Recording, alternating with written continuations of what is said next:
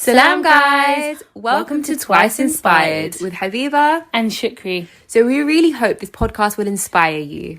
We're just two best friends who love to have deep, meaningful conversations.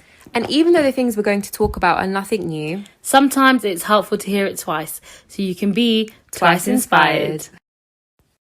Salam guys, welcome to episode 16 of Twice Inspired podcast.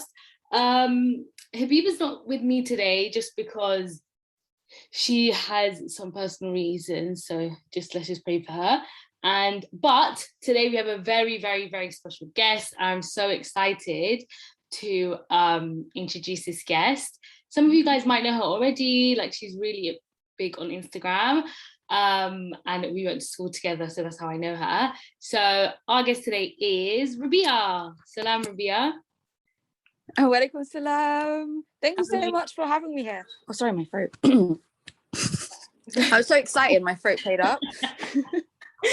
Thanks so much for coming on. Seriously, like I literally have wanted to have you on for so long. Like I feel like even before I started the podcast, or like as soon as we started, I was like, okay, we would be like someone really interesting to have on. So thanks so much for like agreeing to it. Oh, it is. No, I hope I live up to that. Yeah, no, I'm sure you will. But okay, so like me and Rubbia, like we knew each other from back in school. Like remember Burntwood days? Like my days, I know. I don't mind. Yeah, literally, like, oh my god. So that is like such a long time ago. I feel like we're both like different people now. Yeah, like of course. I mean, that was 15 years ago. We were like, you know, that was a long time ago. So you grow, you change. We're not 15. Okay, I'm pushing it a bit. We're not that old, guys. Right. But but it was a long time ago. It was a long time ago, so you definitely change. I like to think I was a different person to who I was like during my early mid-teens. In a good way, in a positive way. You grow. Exactly, like it's in such a good way. Like I feel like obviously that's the aim in it, to get better and improve. So like since school, I guess like this isn't even one of the questions I wrote down, but like since school and now, actually that's way too big. I can't actually do that question. But I feel like obviously so much has changed. Like for me, I've definitely become more religious as well. Like for you, where do you think it kind of started from? I'm not even sure what this question is. Like I guess I understand what you're trying to ask. Because for me in secondary school, like I didn't adhere to hijab at all. To be fair, I was I don't really like that term practicing, because I feel like everyone practices. Like, I feel like practicing is on a continuum. I don't like it like how it's defined now as very binary, like you are or you aren't, and I just that doesn't feel like right to me. But for the purpose of this like podcast and what we're speaking about, I'll just use those terms to kind of differentiate me before and after. But like in secondary school, I always found Islam to be very beautiful, etc. But I don't come from a quote unquote practicing household, so the fundamentals in terms of like salah, hijab, etc. I didn't really practice at all. So definitely following secondary school, like 16 onwards, like during like sixth form, etc., is when I really started to look into it a lot more. And that's a whole other story in itself. But that's when my journey really began. Yeah, like that's what I was thinking, like where was it? Because obviously the last time that I saw you was obviously like 11, I guess. Well, actually we went like I'm not. No, we went sixth form together for a year. Yeah, we went to school. But like don't forget me that quick.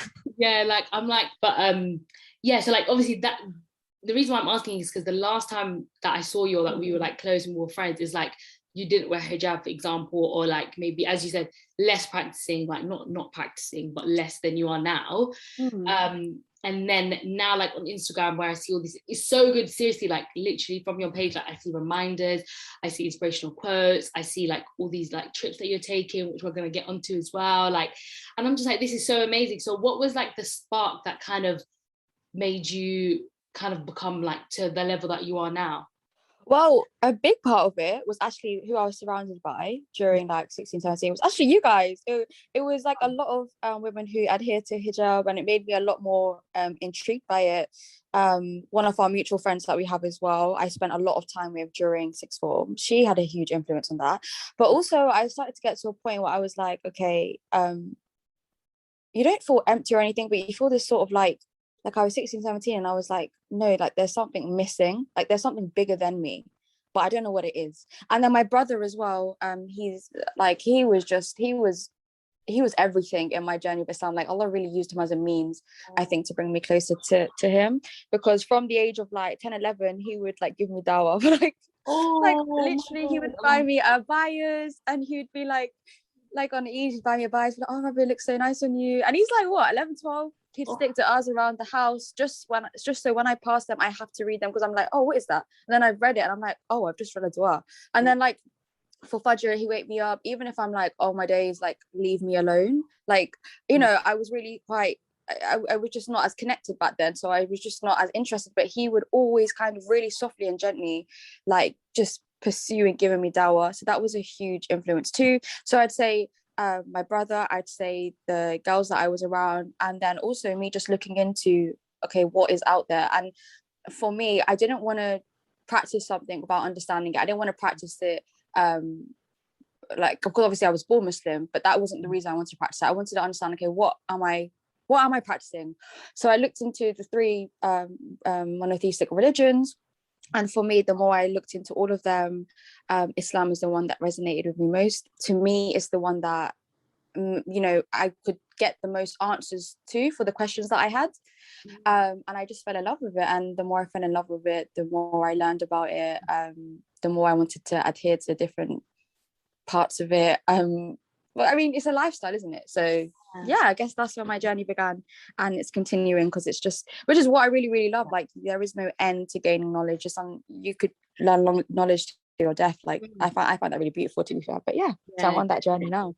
It's a journey, definitely. That's so amazing. Like, especially as you said that you looked into the three like main religions, because as a Muslim you would think, like, if I'm gonna get more spiritual or more into faith, I'll look at my own religion. I think that's really good that you did that, because a lot of people don't, but it kind of like solidifies your own belief. So I think that's amazing. 100%. I think people were worried, like, oh, like, yeah, you're looking into other ones. But for me, like, if I know that if it's true for me, and if it's true to what I believe, I like, it's not something to be insecure about, etc. And I think it's really necessary as well to educate yourself and others, etc. But yeah, it just kind of affirmed my beliefs in Islam, to be fair. That's all it did. Yeah, that's amazing. Like, that's amazing.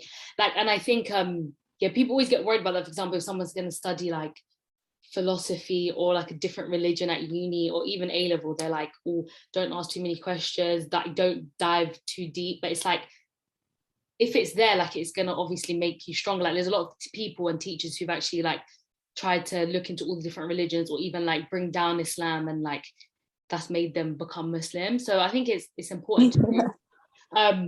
But I think so I think place to start is like, so with Rubbia Travels, so that's like your Instagram. Everyone go follow Rubbia Travels, and it's literally what it says in the name. Like, you literally, I feel like you traveled the entire world, and it just looks amazing. It looks beautiful. And like, what kind of started your traveling experience? Like, what made you want to travel? And did you always, this is kind of two in one, did you always travel by yourself? And what made you want to travel by yourself?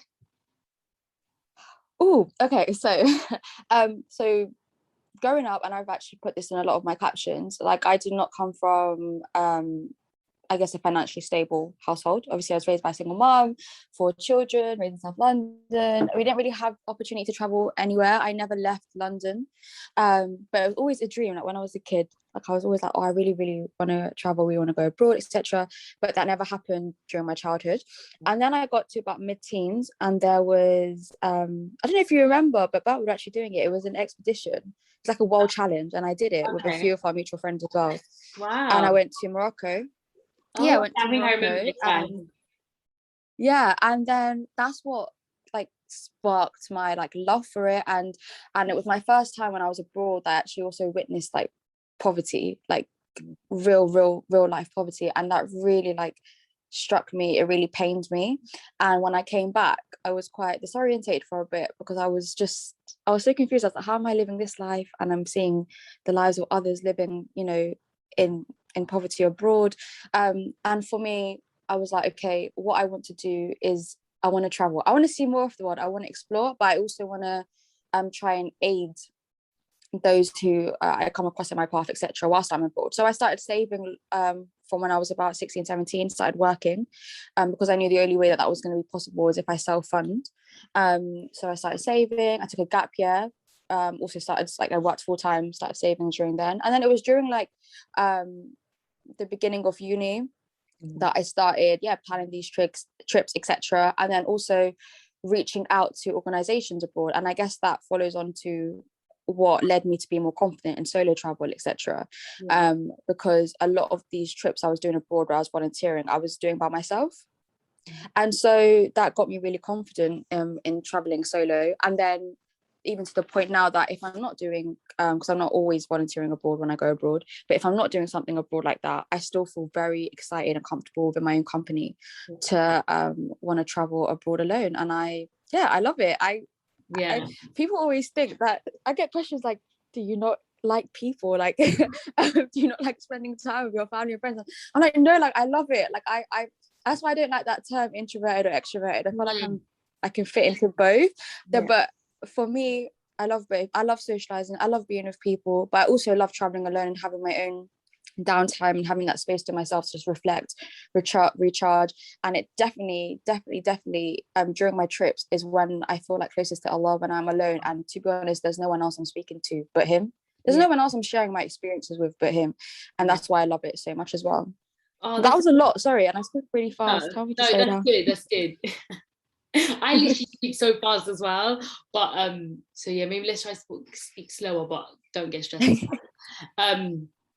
Now that's amazing, because obviously it's true, like you'd think, oh, like you're so alone, but you're actually not alone, because like you're with Allah, as you said. And I feel like that's so beautiful, where it's like you're close to Allah and you can actually speak to him, and you have that time to self-reflect. And because usually people, when they think about holidays, it's like, let's just have fun, let's go here, let's do that, like obviously have these amazing experiences. But I always think that, like, I feel like, oh, I would love to travel by myself, but then like I get too scared, because I'm like, what am I gonna do, because I'm not good at planning. But do you like meet people there? Are there, but like, it makes you good.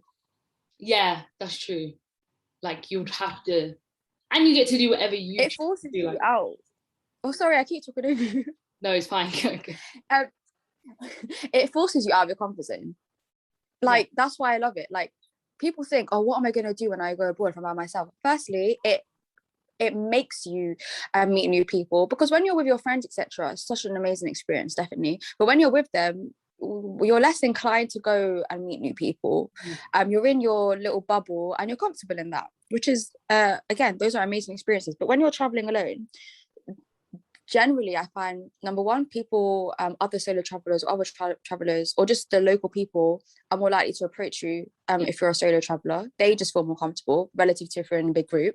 And also yourself, you push yourself out your comfort zone to go and speak to more people. I've met so many amazing solo travelers abroad. Like, even recently from my trip in Croatia, I met this really amazing sister from Morocco. She studied in France, and she was a solo traveler. We just ended up spending the whole day together, and it was just so nice. So you get to meet so many amazing people. It really empowers you. And where you're saying, oh, you feel like you're not good at planning, it kind of forces you to be. I wasn't. And then you just learn to be. You gain those skills, you gain those problem solving skills, because sometimes you might encounter a problem or an issue, but it's making you think fast on your feet. And it will just come naturally to you. Like, you do have that fight or flight kind of instinct. Like, I genuinely believe there will always be a way, and you just figure out that way, and it gets you to be more confident. You get to plan. This is why I love solo travel as well. You get to plan things on your own timetable. There's less pressure. It's kind of prioritizing yourself on what you want to do, and you can rest if you want to rest, or you can go explore if you want to go explore. It's all revolved around you. So no, that actually does sound good, because sometimes when you're on holiday, you're like, you kind of have to do what the whole group wants to do, and then you're like, but at the same time, like I do get that, like it would make you very like organized. How many places have you been to in total, like just out of curiosity? I think so. I've been to a lot of countries, like several times, but I think in terms of actual countries, I think when I count, it's like 32, 33. Oh my god, that is so many. Wow, mashallah, that's amazing.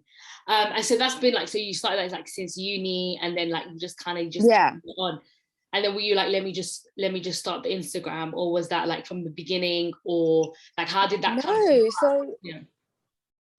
I never made an Instagram page for it to get any following. Like my page initially when I made it, it wasn't even called Rubbia Travels. It was like just my name. Yeah. And then I was like, let me change it because I don't know if I want my full name on on a social media platform that's gaining a bit of attention. Yeah. But yeah, I literally, it was open, my account was open, but I was like, oh, let me just share my pictures of my travels with friends and family, etc.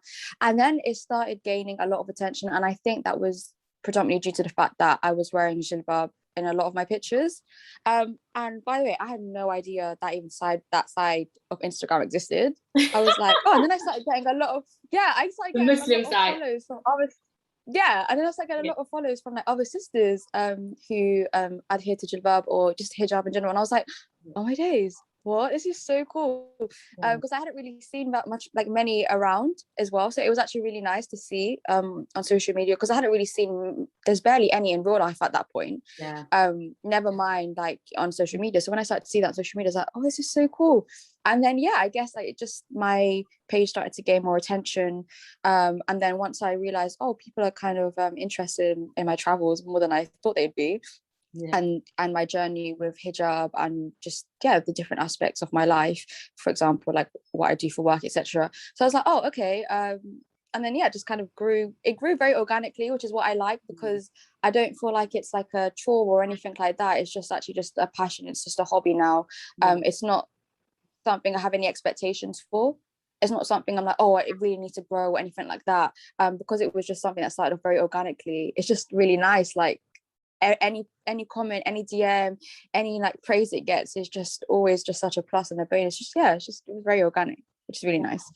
That is good. That's amazing. Yeah, because I think a lot of you're right, like there is now, obviously there's like a whole kind of like I don't really know what to call it, like modest, I don't know, I don't want to call it modest fashion because I don't think it is modest fashion, but just like modest clothing influencers, I guess, like that people follow now. Definitely. It's like so nice to see and stuff.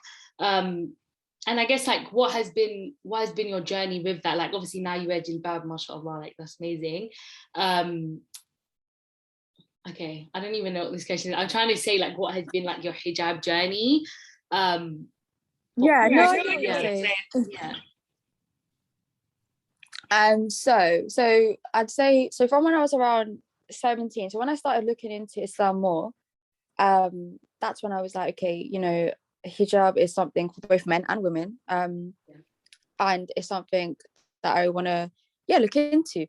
I started looking into it. I always find it so beautiful, and again, like, you don't realize that the people that surround you do like really have an influence on you. Like even I was surrounded by you guys during like when I was 16, 17, I was surrounded by a lot of girls who adhere to the hijab, and you know, when you're surrounded by that, it's really, really nice. You feel really comfortable, you become more familiar with it because no one in my family adhered to it.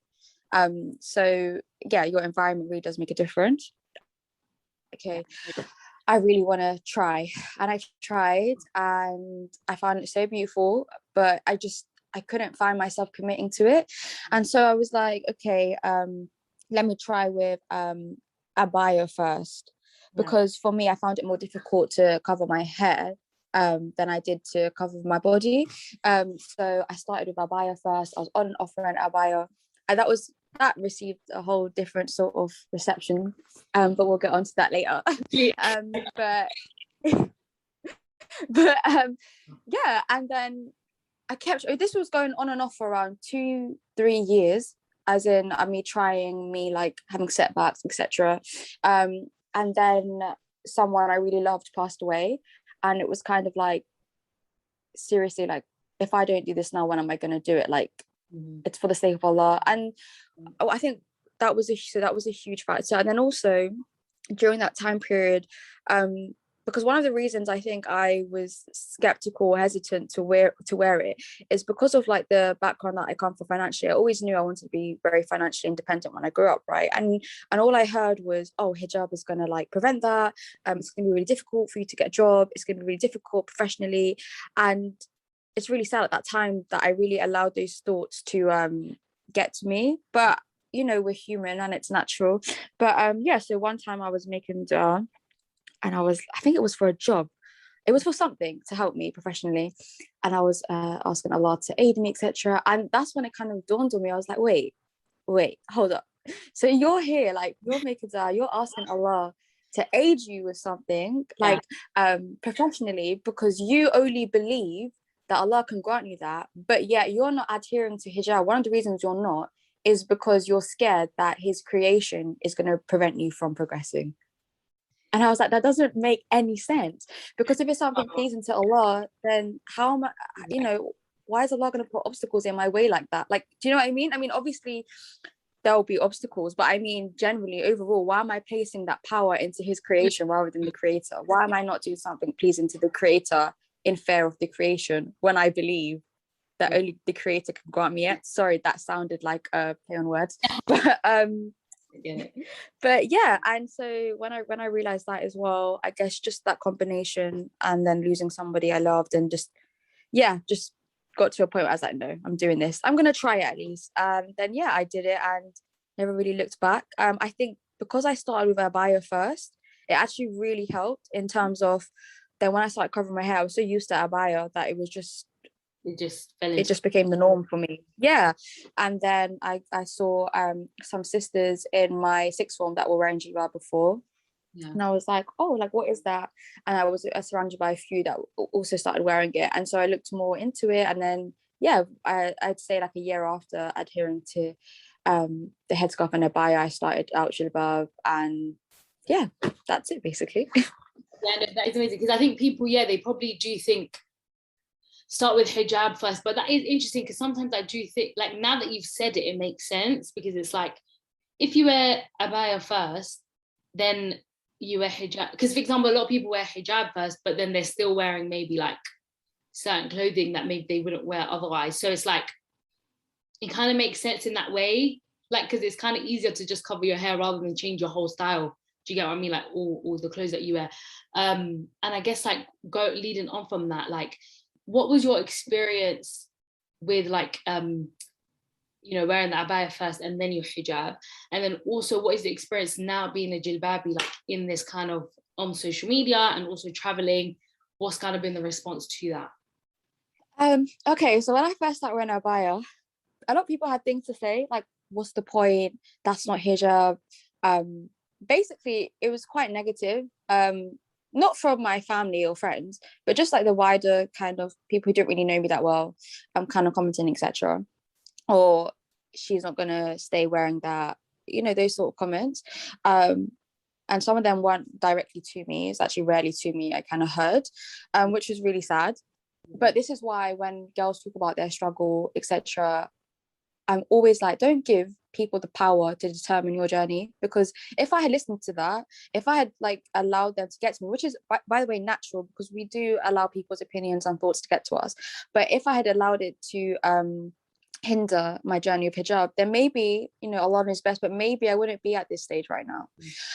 So I always say, like, if you know that you're striving for the sake of Allah, even if it's not perfect yet, it's fine. Like, you're striving, you're trying, and inshallah you get to that stage. But the point is that you're trying. Don't let anyone take that away from you. So initially there was like, oh, like, this is pointless, like, why are you not covering your hair but covering your body? And I think also there's this, like, people don't really actually understand, not people associate hijab with just a headscarf. They don't realize that first of all, it's not even just in regards to clothing, it's your speech, your thoughts, your behaviors, etc. It covers a whole spectrum of things. But even in reference to clothing, it's not just about the scarf on your head, it's holistically, it's your whole body. So I think that's why people were just really confused at first, and just like, well, this is so pointless, this is not even hijab, etc. But then I started adhering to it, and it was like, I'm not giving people's opinion the power to hinder my journey. And then so when I started to wear jilbab on social media, I would say 95% is such a warm, positive response. 5%, oh no. Oh God. 5%.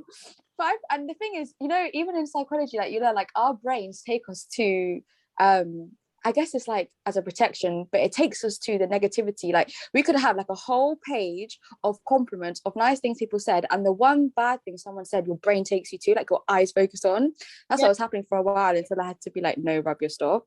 That's so interesting because like I always think that, you know, when like you get positive things, but then you focus on the negative, and obviously you've got a little background in psychology, and we'll get to that. But like, why do we do that? Like, what is that? It's to protect us.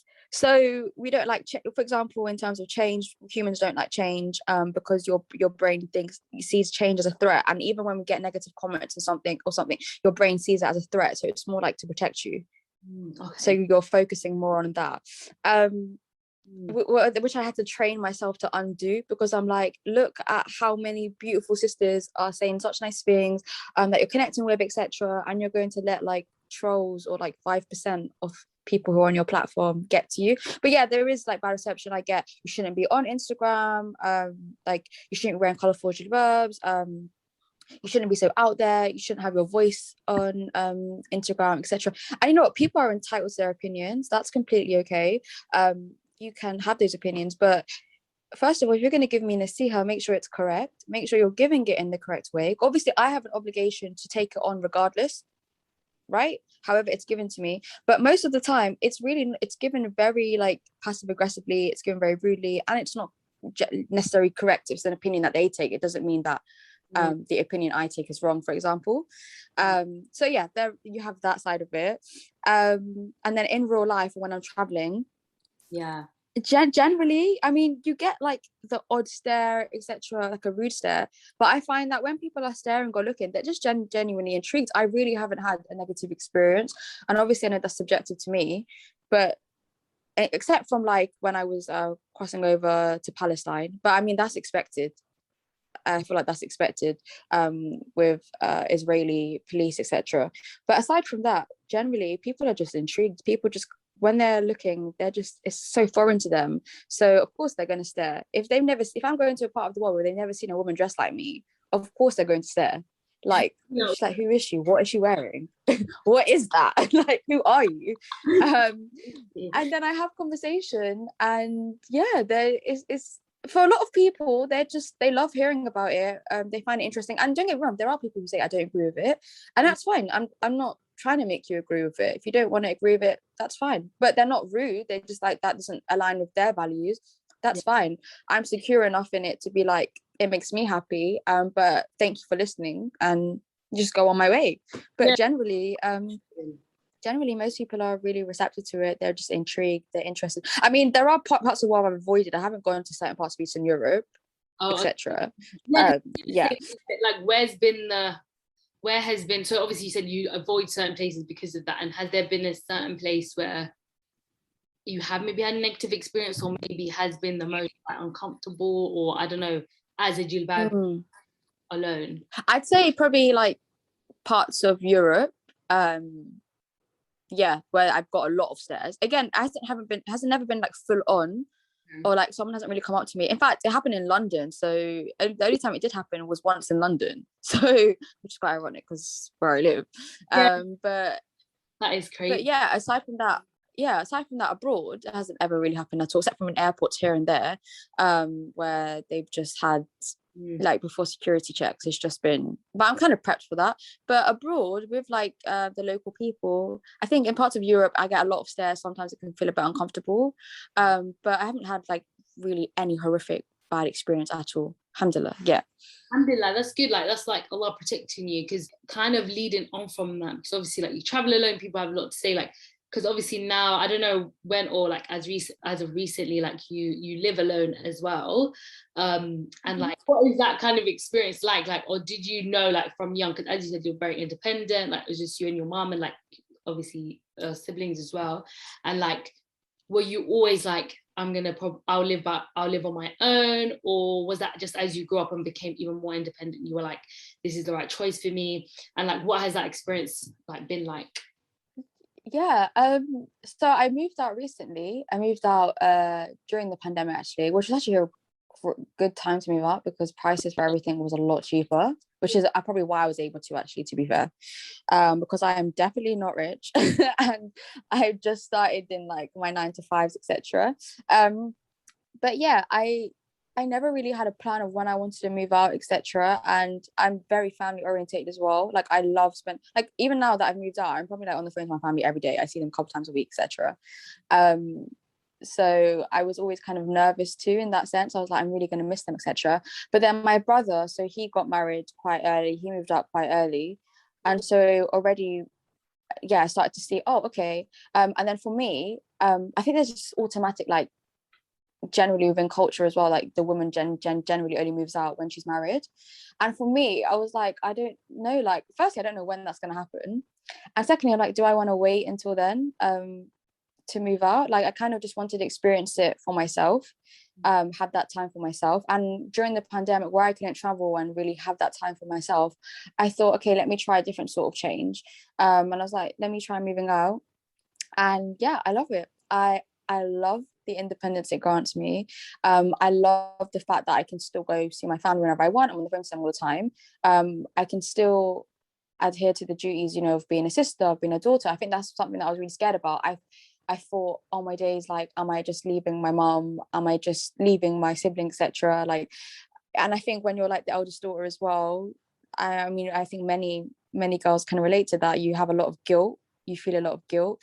But I started to realize, no, I can still be that person. I might not be physically there all the time. I'm still going to be that same person. I'm still going to adhere to my duties that I love. I'm still going to be around my family, etc. But also at the same time, I'm giving to myself, which essentially allows me to give even more back because I feel happier and I feel more content. That makes sense. Yeah, 100%. Why not? Like, if you're able to and you can, obviously, like, I think it's beneficial. And it's not like you're far anyway. I mean, people move abroad anyway, so that's fine. Yeah, and it's also Islamically, you can live alone. Like, it's completely fine for you to live alone Islamically. Just to put that out there in case. Because I didn't think about it, but why would it not be? So yeah, putting that out, actually, yeah, because people might think, why is she living by herself? But that's fine. Alhamdulillah. I guess I don't. This doesn't really link in, but I saw a post of yours a few days ago, for a few weeks ago, about like you know, the journey of becoming the woman that you are today, and kind of obviously, and we'll get onto like the mental health as well, because I'm really excited to talk about that. But like, yeah, like traveling and solo traveling and like living on your own and everything like that. Like, you're obviously growing and becoming more independent and becoming the woman that, like, you know, you were supposed to be. And it was kind of about like self-love and loving yourself and who you are becoming. And I guess like people are always talking about this nowadays, like self-love, self-care, self-love. Like, what would you define as like self-love, and how would you describe like your journey towards that? And maybe like you know, I guess like young girls or anyone listening to this, like, who maybe doesn't feel that, like, what kind of like words of encouragement or tips would you kind of give to them about that topic? Yeah, I think self-love in itself, like, it constitutes of so many different things. Like, you really can't narrow it down to just, I think people have this idea of like bubble baths, face masks, etc., which 100% make up like part of self-love, physically taking care of yourself, feeling good about yourself. But when you're like getting right to the root of it, it can be very uncomfortable. Part of self-love for me was showing myself compassion when I made mistakes, because I've made a lot of mistakes and I used to beat myself up about them so much and feel like really guilty, and then I just see it would hinder my progress until I realized that, for example, even in an Islamic context, like, guilt is a beautiful thing when you've sinned, because it allows you to recognize where you've gone wrong, but it's not meant to keep you there. Like, you're not meant to hold on to it. Like, you go and you sincerely seek forgiveness from Allah, and once that's happened, you let go of it, because if Allah can forgive you for it and you've sincerely repented, you have to forgive yourself. You have to move past it, because otherwise you're going to stay stuck in that. So part of it was definitely like learning to forgive myself for mistakes I've made, showing myself compassion, because we're very quick to show it to others, but we can be very harsh on ourselves, and we're just as deserving of that compassion. And the second part was kind of, which is really difficult to do as humans as well, but like acknowledging my flaws and being like, okay, like I wrote a post about this recently as well, like acknowledging the fact that I might have hurt people, or I might have certain characteristics that I really need to change or I really need to improve on. But sometimes when we hear that from others, it's like, ouch, because your ego gets hurt, right? But part of that was acknowledging that, working on that, making a conscious effort on aiding myself in that respect. Another part is and I think a lot of people maybe from a low socioeconomic background can relate to this, or people who've grown up with like maybe childhood trauma or difficulties. You can feel like nothing you do is enough. Like, okay, you've gone to uni, okay, you're trying to get a job, okay, like you're always like trying to get to the next thing to come out of that sort of lifestyle, but you don't realize like how harsh you're being on yourself and how much expectations you're putting on yourself when you did not start that journey where everyone else did, maybe, you know. And it's like you're being so harsh on yourself, but you're not recognizing all of your accomplishments. And that's something I was doing. Like, I wasn't recognizing that I had graduated and been the first in my family to, or having saved and not having any sort of financial support, etc. And I think learning to see like those as achievements rather than, oh, but I have to do them to get into the next step, was part of self-love as well. Like, wow, like you did that. And I think so praising your achievements is a huge part of it. And achievements doesn't necessarily need to be defined by academic or professional, etc. But like, even for example, like if you had a really bad day and you managed to get out of bed, like that's an achievement. Like looking at those and the little things that you find that took a lot from you is an achievement. So yeah, I think so. I'd say showing myself compassion, forgiveness, rectifying my mistakes and my flaws, overcoming my nafs, and then also like praising my accomplishments and looking at my small achievements, and then just continually promising to prioritize myself, because when you prioritize yourself, essentially you're able to give more to others. You can't, there's like that saying, right, you can't pour from an empty cup, you need to fill up your cup. Yeah, literally. So give yourself time, put the life jacket on first before you start helping people. But like literally, oh, I haven't heard that one. I heard it on the plane, but I like that. I didn't realize you can use it in this context. I just made it up. No, I'm joking. But no, like literally, like I, especially when you were saying like what you're doing is never enough. Like I feel like I've said this on the podcast before, but I used to have this thing, I researched it and I think it's called like destination happiness, or maybe I made that up, I can't remember, but I think no, I've heard of that. Yeah, and literally I used to always be like, I would always be looking to the next thing. So like, okay, I've done this. Okay, what am I going to do next? I've done my A-levels. Okay, I'm going to do uni. Okay, I've graduated uni. I need to get a job. Okay, I got a job. I need to get married. Okay, I go. Like literally, wherever I wasn't really happy because I was always thinking about the next step. And then it's like literally all you've been thinking about is the next step. And then you get to the next step. And it's like you don't stop and say, oh, alhamdulillah, I'm at the next stop. I prayed for this. I'm happy. I'm enjoying it. You just think about the next one, and it was so annoying. And then like obviously after I started to like work on myself and become a bit more like, I don't know, like develop myself and try to reflect, I was like, okay, yeah, why do I do that, blah blah blah. So like now it is much better where like I can actually enjoy this season of my life. Like literally I feel like, especially with young people, I feel like when they're at school, they're just trying to grow up and then they're just trying to do this and they're trying to do, it's like, just enjoy it, just relax. And it's only when you grow up and you look back, you're like, oh, I wish I just enjoyed being young. I wish I just enjoyed being, even though we're still young, so we can still enjoy that. But yeah, so like, I definitely get that. And I think it's really interesting what you said about like letting guilt go. Like I think regret, like I've always said, like regret is my worst feeling. Like I hate that feeling so much, and it's so hard to like do anything with it. But that being part of it keeps you stuck. Yeah, because for example, I always use the example, like, you know, when we have exams, right? And we're not revising, we're not doing anything, but we won't go out or we won't go have fun because we'll feel guilty. So all guilt is doing is keeping you stuck. It's not, you're not doing anything, you're not revising, you're not actually working for those exams, but you won't go out or do anything because you're like, no, I have exams. Do you know what I mean?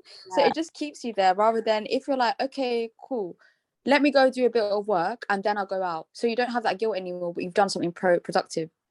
You know, it doesn't allow you to be proactive. Rather, when you've accepted, okay, look, I made this mistake, you know, I've sought forgiveness from Allah. Okay, what am I going to do now? How am I going to move past it? How can I be proactive? How can I change it? How can I improve myself? You know, you let go of the guilt and you just keep moving forward. It's very difficult to do. But it's also like remembering Allah's mercy, and if Allah can forgive you, you have to learn to forgive yourself. Learn to forgive yourself. Exactly. You have to have faith that Allah he's that powerful. And it's like, it's really interesting because it is really difficult and it's really uncomfortable. And I like that you said that, because like a lot of the time we want to change or we want to grow, but then it's like it doesn't feel good all the time. Like you're like, oh, okay, I'm changing, I'm improving this thing, but as you said, because it's change, we don't really like it, and then we feel so like it might be really uncomfortable or really unhappy, like in that kind of change. Like, how would you suggest to someone, I mean, I don't know, but like how would you suggest someone, like if you're in that position where like you're really uncomfortable with it, or you really don't like, because you know, like we react really badly to change and stuff, how can people, like, I don't know, kind of overcome that, or try to move past that uncomfortable feeling, or do we just have to take it in? Well, I mean, that's a beautiful teaching from Islam. Small and consistent steps, those are most beloved to Allah as well. Take it slowly. Like, for example, when I was transitioning, and I always use this example, when I was transitioning to hijab, I took it slowly, but I was trying to be consistent. So I wore abaya. I tried to wear it. You know, for example, even if you want to wear it one time a week, wear it one time a week. Then try wear it 2 times a week. Then try wear it 3 times a week. So do it slowly but consistently, and that's what brings about long-lasting change. When you go into something full steam ahead, sometimes it only lasts for a while, then the euphoria wears off, and you're back to where you started. Do you know what I mean? So take it slowly, and also remind yourself that it's okay that you're going to have days that you might find it difficult. Show yourself compassion. It might be difficult. That's okay. It doesn't mean it's a setback. It means you're human and you're adjusting to change. So showing yourself compassion is a huge one as well. When you first start something, like always at the beginning, you have this huge burst of energy, you have so much motivation, and you're like, I'm going to do this, and everything. Because you have such high motivation, you think you can do everything. But then when that wears off, you end up like sometimes doing nothing after the first week or two.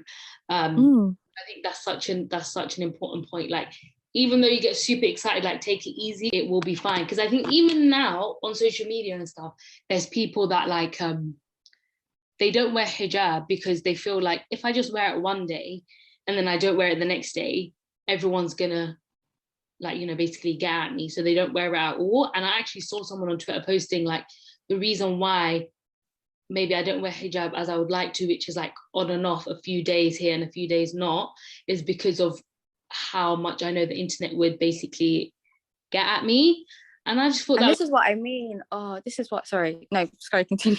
Oh yeah, go. That's what I was going to say. No, but this is what I mean about people's opinions. And like, it's just so heartbreaking that it's people that make it more difficult for people. It's like, it's Muslims themselves that make it more difficult for other Muslims to practice Islam, because you give I'm sorry, unwarranted opinion that is not beneficial, that is not aiding anyone.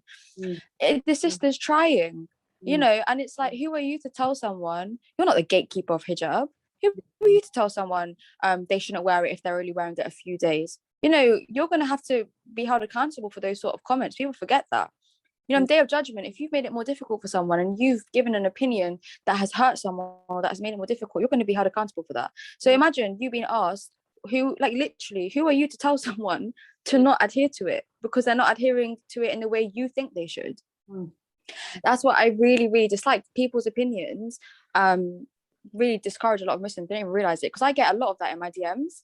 I get a lot of, oh, I want to try but I'm really scared, or I want to try with a turban and I'm scared. People saying, if you're trying for the sake of Allah and you're really, really, like, you know, striving and trying to overcome your nafs, don't give people that power, because people will always have something to say. They will always have something. There's always something you're doing wrong. You know, even like, for example, people might look at my post and be like, oh, you know, she's wearing jilbab, she's covered. But someone else will look at it and be like, no, there's color. Why is there color? Why is she wearing color? Why is she posting herself?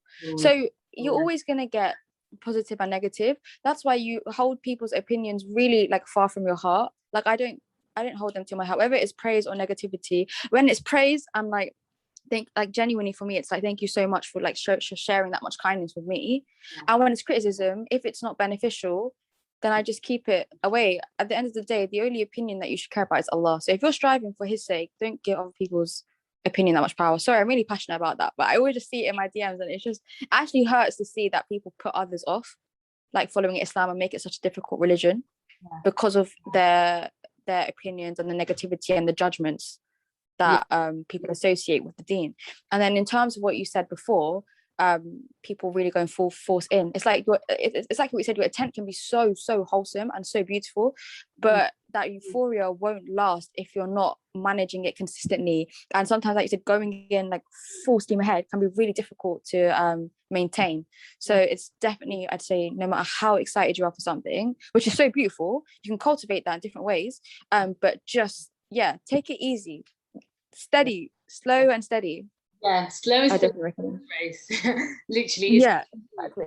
And I just think literally, like, it makes me so upset, like, even when we see, like, because I'm not gonna lie, it is true that these days there is this kind of, like, the Muslim community online, maybe not in real life because I haven't seen it in real life, but online is very quite hostile sometimes, and just vicious and just nasty. And it's like, people are human beings and they can make mistakes. And even, for example, like if someone takes their hijab off, because I know there's been, you know, a trend, like, I'm not going to say a trend, but a lot of people have started to take their hijabs off for some reason. I don't personally know, and I don't have that struggle, so I don't know and I can't comment on it. But I feel like giving them comments like you're going to burn in hell and stuff like that is not going to be helpful for them to ever want to turn back or ever want to basically speak to you or anything. Like, do you know what I mean? And sometimes I just think, I don't know, it just doesn't make any sense. But I think it is across the board. Obviously, we know that there's an issue with like trolls and people on social media being evil and stuff. Like, I don't get it. But it gives people the platform to. It gives people. That's why it doesn't really happen in real life, and that's why I had to also like take a step back from social media for a while. My brother was like to me, because I was getting a lot of like negative comments about, you know, for example, even just the colourful jilbabs or posting myself online as a woman, etc. And then, you know, it was really rude the way people were approaching me. My brother had to literally like be like, Rubbia, like, this isn't real life. Like, like social media isn't reflective of the Muslim community, like in real life. But social media gives people that pass to anonymously say what they want, when they never would do that in real life, but to say what they want and to basically, like you said, be rude, be belittling. And 100% what you said is, it's just ironic that you think that you're angry at someone for removing the hijab, right? Because you think that you know, this is, you're doing something displeasing to Allah, but yet your anger is displeasing to Allah. Yeah, the anger that you're saying that you're showcasing because you're angry that someone is doing an act that is displeasing to Allah, you've basically done that times 1,000, because now your actions have affected someone else. Does that make sense?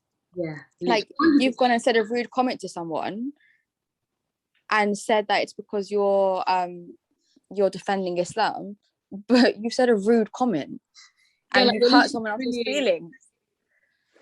It makes no sense, honestly. So for me, I'm just like, like, that's why, again, it's just so important, like, people's opinions, you have to hold at bay, because they're going to say something anyway. And like, honestly, sometimes I think it's a mental illness. But anyway, stuff like talking about mental health and, like, you know, how people act differently on social media and real life. I know that you work in mental health, like, what is your role exactly? What does it entail? And like, what was your journey towards it? Like, how did you know you wanted to kind of be in this field? Okay, so kind of all links back to that experience I had in Morocco when I started to see poverty, etc. And I was like, I really want to find a way to help people and to aid people. So I thought, oh, maybe that's through medicine. So I did biocare, maths, and psych A-levels, psychology A-levels. And then as I was going through A-levels, I was like, Rubbia, you do not enjoy these sciences.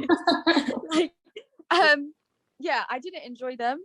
I wasn't passionate about them. I'm like, how am I going to do medicine if I'm just not passionate about those sciences? Obviously I know it's very different to them, but still it gives you a bit of a taster. And I was like, how else can I assist people? How else can I aid people? Then I was looking at like human rights, etc., and working in that field. And then I was like, wait, what about like psychology? And I was doing that at the A level, as an A level at that time.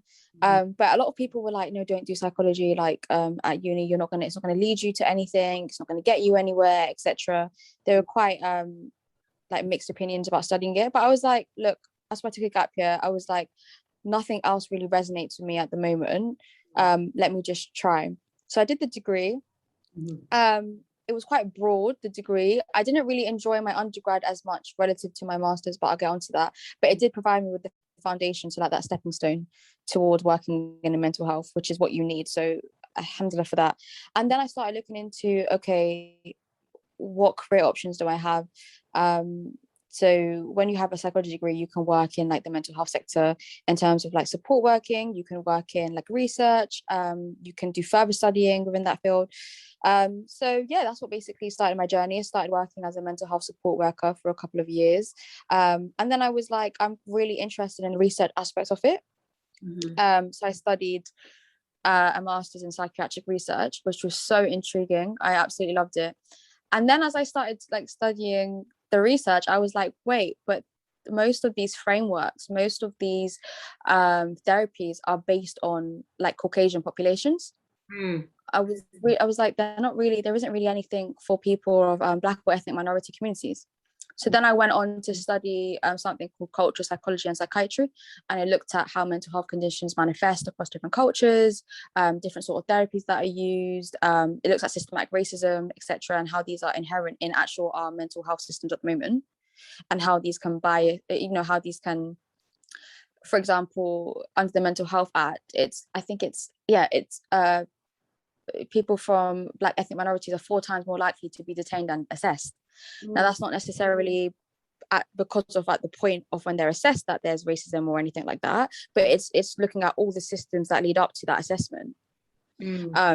So then I started to really get a passion about trying to support change within the mental health sector in being more accommodating to Black and ethnic minority communities.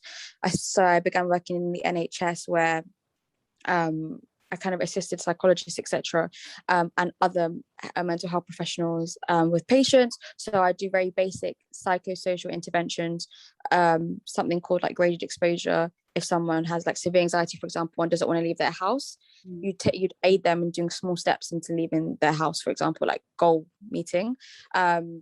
And then now I'm working at King's College. I work as a research assistant, and I'm assisting on a project which is basically so close to my heart. I was like, out of all the different research projects, that's what really showed me, like, when you have faith in Allah, it's just, he always comes through. It's just amazing.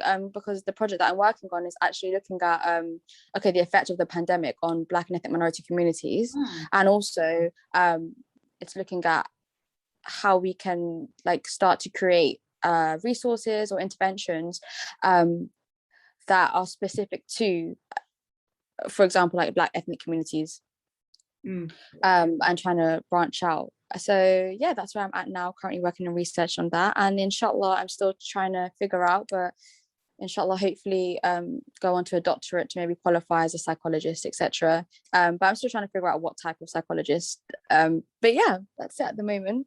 Wow, no, that's honestly amazing. Like, that sounds like such a journey, and especially because I've heard of and know a lot of people that studied psychology, and then maybe like, yeah, you're right, it didn't go into, or maybe they just became, normal, I don't know if they became psychologists, but they worked in that kind of field. It's interesting that you were like, actually, I want to learn more about, different cultures and how this, this impacts on how their mind works and stuff. Like, I don't know if you can, but are there any like very like interesting or key points that you learned that was like, oh, okay, looking at it from this lens of like ethnic minorities is different to kind of like how they would traditionally teach it? Like, is there any kind of area or aspect that you feel like was particularly interesting that affects, us like ethnic minorities, that we might not know about? I mean, I think it's mainly like the injustice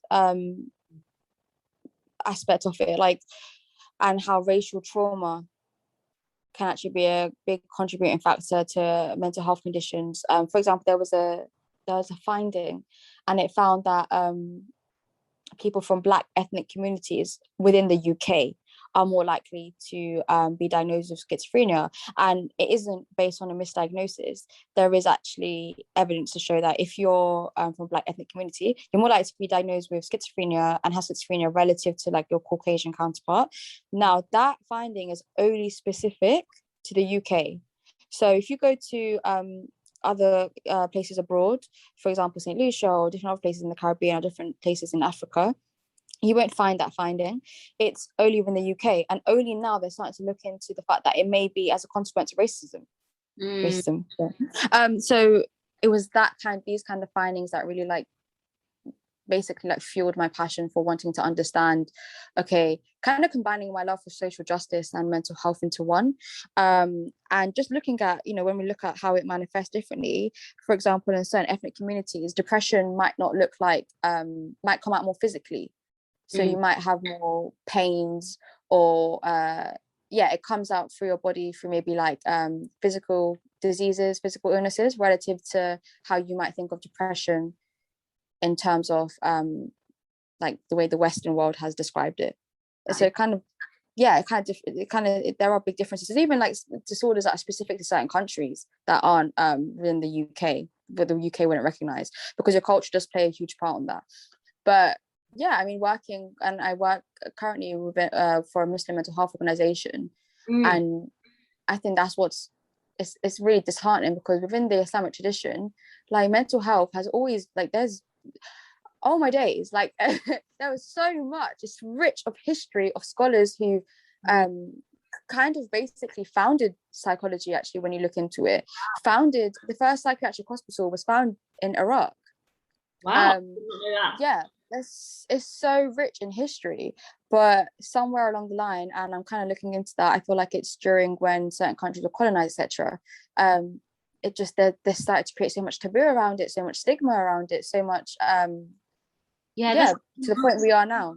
Yeah, because like in the Muslim community and other ethnic communities, it's like mental health is almost swept under the carpet. And do you think like this is what I've always thought, like, because like us guys, we're first generation, so we were born here, at school here, we grew up here and everything, like, but our parents, because they came from a different country, they might not understand or see problems that we might have. So for example, now me and you, like, we might understand, because I'm a teacher as well, and also because we've been brought up in this culture where mental health is kind of like, we do kind of understand it a bit more, so we would kind of put a bit more weight on that. But maybe our parents or grandparents wouldn't see it as something serious, as for example, if you like broke your leg. So that's kind of like, what do you think that is, like the fact that it's not seen as like within our community as something as serious as maybe what it should be? Because you said like in the history of Islam, like it's there and it's always existed and it's not something that we shy away from. But what do you think it is, like culturally, maybe? I think it's not, I don't think it's necessarily because like they see it as any less, but they don't know any different, because it's a generational thing. It's been passed on that like you just don't talk about your issues. So it's not that they're saying it's not as important. They genuinely I think they genuinely find it hard to recognize that there's an issue. And I think that's even when I touched on like my men's mental health post, where it's actually harder for men because of society to recognize that they're having an issue or seek help for it. And I think it's the same differently in ethnic communities or in the Muslim community.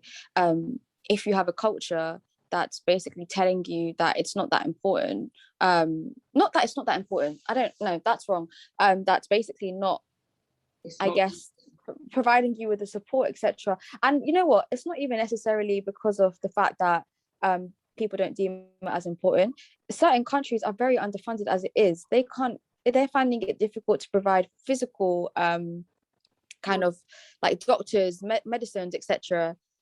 to people in certain countries. So never mind mental health support, that's seen as a privilege. Yeah. Because, so poverty has a lot to do with it as well. If you're from a country that isn't, you know, financially stable, there are going to be limited services as it is to assist you physically if you have an injury, never mind mentally.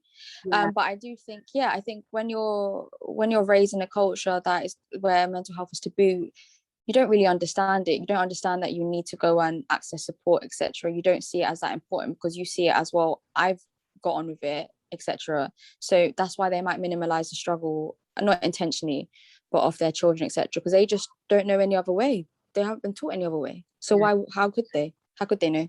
Exactly. It's like, how can you address something that almost doesn't exist for you, like where you can't? They don't know.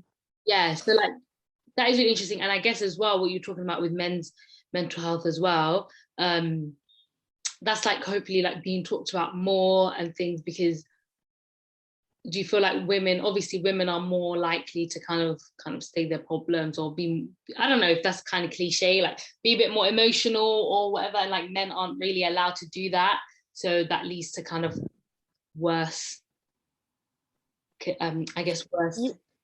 I don't know. I mean, suicide rates within men are much higher than within women. That's something that's found pretty much everywhere. And I think society has basically made it very difficult for men to express their emotions, to speak about their problems, because there's so much actual pressure on men to appear a certain way. I guess the definition of masculinity, etc., can be very toxic when it's like describing a man to be someone who doesn't basically showcase their emotions, or they're just kind of always together.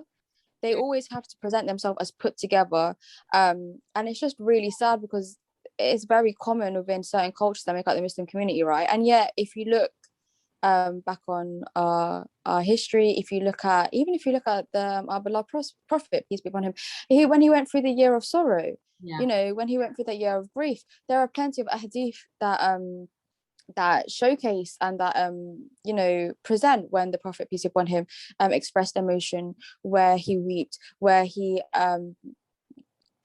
basically suffered a lot. So it's just sad that there are certain cultures that make up a community that kind of undermine men doing that. And that's why I think it's so important that we put so much more awareness on that, and we provide safe spaces for our mahrams to express themselves if they want to, and that might not necessarily be in the way that women do, but just that they know that there's a space that they can.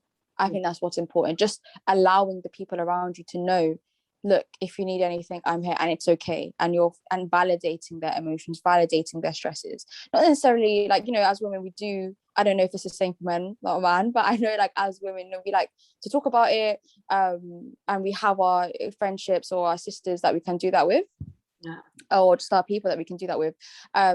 Might be different for men, or even just generally for different people, they deal with that differently. But just telling someone and just allowing them to know that, hey, like there's a space here if you do want to, and by the way, everything you're going through is valid, and it's okay. I think even just hearing the words "it's okay" can make such an impact. But I don't know if I rambled. No, that's amazing. It's true, because I think what I've seen from like this whole, like the whole conversation that we've been having is like, it's all like nothing that is kind of like wrong or negative or evil, even within society, is like, it's never in Islam, like it's never founded in Islam.